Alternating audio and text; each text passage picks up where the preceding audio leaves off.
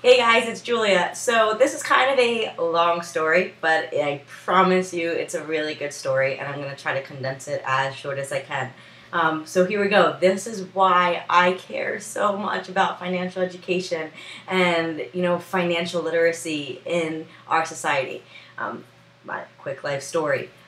When I was born, I lived in a house. It was a one-bedroom house. Me and my five other family members. There were six of us in a 600 square foot one-bedroom house.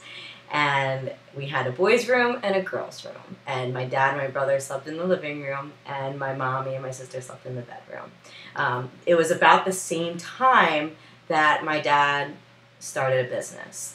And this business really, took off. He put his everything into it.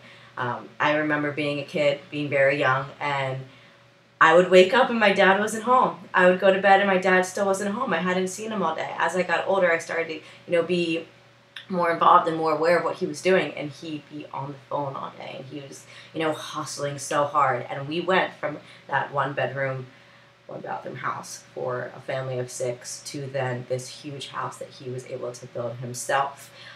We then started having these lavish Christmases where, me and all my siblings would get bikes and TVs, and my dad bought, a vacation house in the Poconos and a one by the shore and a boat, and he had a weekend car and a work car, and then he collected classic cars, and I was like, holy crap.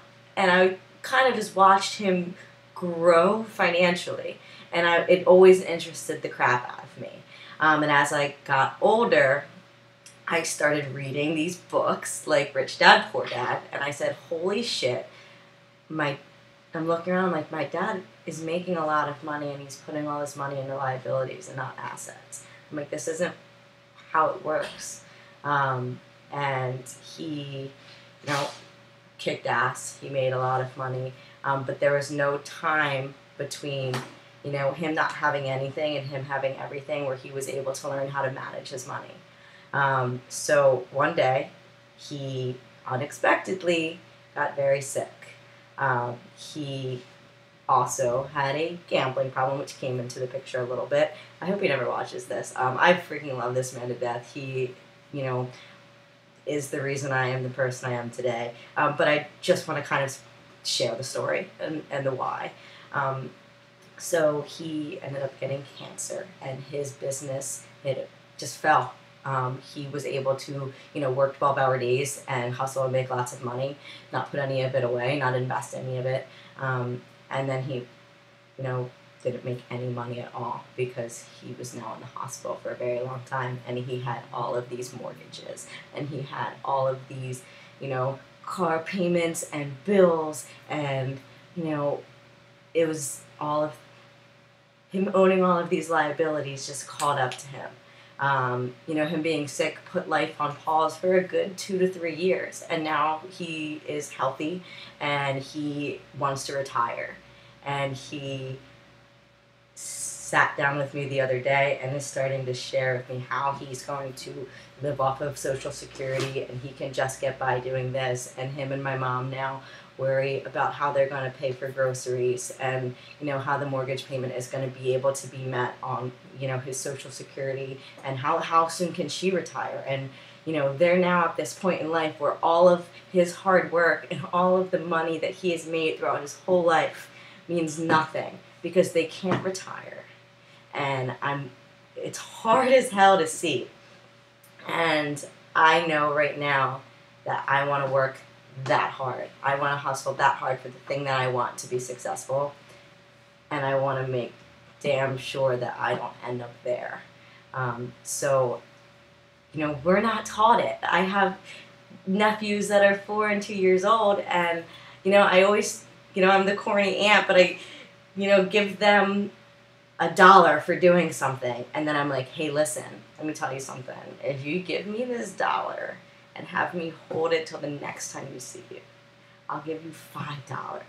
So you can have $1 in your pocket now and go run off and do some cool shit with your $1. Let's go to the dollar store. Or I'm like, dude, let's talk about everything you can do for $5.